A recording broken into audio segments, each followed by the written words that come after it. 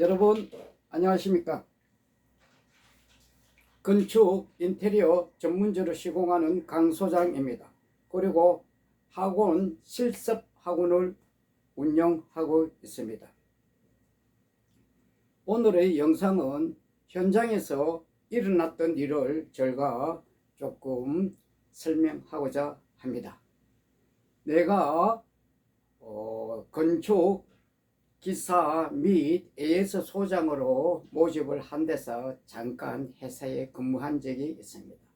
그런데 이상한 건물을 발견해 가지고 내가 깜짝 놀랐습니다. 지금부터 그 이야기를 설명하고자 하니 여러분들이 보시고 잘 판단하시면 좋겠습니다. 제가 입사를 해 가지고 시간상 그림을 미리 칠판에 그려놨습니다. 왜냐하면 그림을 그리는데 시간이 너무나 많이 걸리기 때문에 미리 그림을 설계를 조금 그려놨어요. 내 나름대로. 그래서 이 건물을 가기 전에 AS 문제 때문에 이 건물을 내가 방문을 했습니다. 방문을 하자마자 깜짝 놀랐어요. 워낙 위험한 집이 돼가지고. 여러분이 판단하시기에 어떻게 생각하실는지 모르지만 저의 생각과 여러분의 생각이 비슷할 거라고 생각합니다. 이 집은 이렇게 되어 있습니다. 201호, 202호, 301호, 302호, 401호 베란다 있습니다.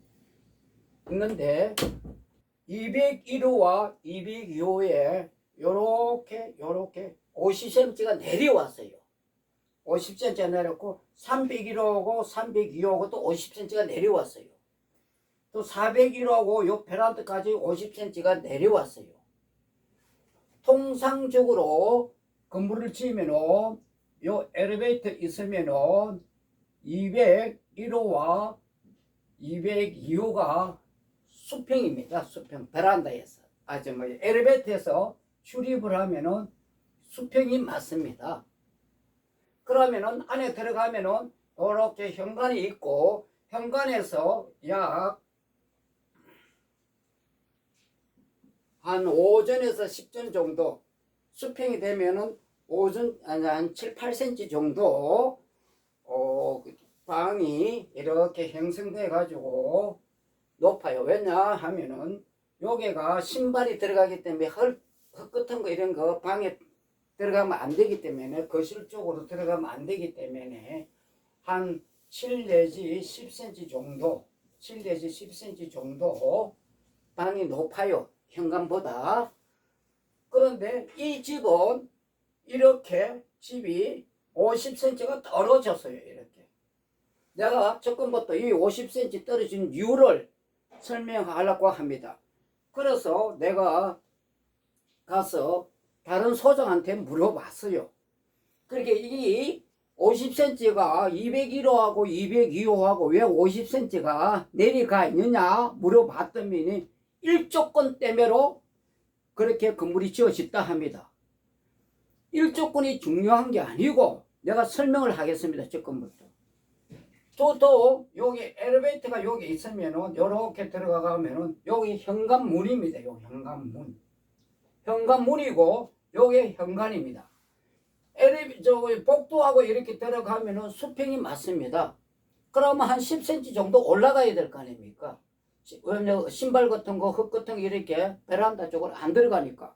이 건물체무로 50cm가 떨어져 있는 거야. 50cm가 이렇게 50cm가 떨어져 있으면 이 사람이 어떻게 내려갑니까? 내려갈 수가 없지 않습니까? 건물이. 그래서 이걸 현관을 형성을 하기 위해서 여기 복도하고 이 현관하고 레벨이 맞으니까 수평이 맞으니까 신발을 벗으면은 신발이 거실 쪽으로 떨어져 버릴 거 아닙니까? 그래서 10cm를 올리 가지고 세 계단을 만들어 놓은 거야. 한 계단, 두 계단, 세 계단 이렇게 되니까. 그러니까 보통 현관이 1m야 1m에 2m입니다. 현관문은 2100에 1000입니다. 현관문은. 광문은 2100에 900입니다. 900. 그런데 이 현관이 1m에 1m 되니까 사람이 신발 벗고 그 실로 들어가려면 아무것도 없지 않습니까? 그렇게 발판을 80을 늘려놓은 겁니다. 또 이쪽에는 신발장을 넣으려니까 40을 일로 빠진 겁니다. 또 이쪽을 나가려 하니까 60cm를 또 빼놓은 겁니다. 그래서 계단 높이가 20cm고 단 높이가 20cm고 단 넓이가 30cm야. 그러니까 계단 두 개를 내려오니까 얼마입니까? 그러면 여기서 1m 1000에서 여기에 800 더하기 여기에 600이 더 오니까 총 2400이 됩니다. 2400 이 넓이가 2400이니까 얼마나 건물이 줄어듭니까? 여러분 생각하시기에 거기에 이 계단이 있으면은 이 반경도 60에서 80cm 정도 못 쓰는 겁니다. 스페이스가 없어요. 그러니까 실질적으로 25평인데 이게서 다 빼고 나니까 22평밖에 안 나온다는 겁니다. 22평. 22평이 나오면은 이게 얼마나 이게 불편하겠습니까? 그러면은 이 집이 이게 계단이 이래 했으면은 건물 주인한테 내가 물어봤어. 건물 주인이. 건물 주인도 집을 이렇게 지어놓은 줄 모르고 있는 거야. 근데 부동산에 와가지고 201호, 301호는 준공 떨어지면서 세가 나갔는데 202호하고 302호는 6개월이 지나도 세가 안 나가는 거야. 이 주인도 모르고 있는 거야. 이렇게 단차가 지면은 60cm가 30, 30이니까 20, 20, 20이면은 총 20cm 곱하기 계단이 3계단 내려오니까 60cm입니다. 60cm 이거 낭떠러지. 일반 통상적으로 우리가 숲에 레벨에 맞는 생활을 하다가 보면은 레벨에 맞는 생활을 하다 보면 이 집을 방문을 했을 때 낭떠러져 큰 사고가 발생합니다. 굴절나고 낭떠러져 떨어진 건 애기들이 감각이 둔하기 때문에 할아버지라든지 아버지를 만들어 왔을 때 뛰어오지 거실적으로 뛰어오지 거의 걸어오지를 안 해요. 거의 반가워 가지고 이 낭떠러져 떨어지면 누가 책임을 질 겁니까?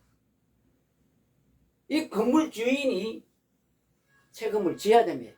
임대했었겠네. 그러면 우리가 소비자 입장에서 우리가 고객 입장에서 이 건물을 사시겠습니까? 이 건물 이렇게 내려온 건물을 이렇게 50cm 떨어진 건물을 사시겠습니까?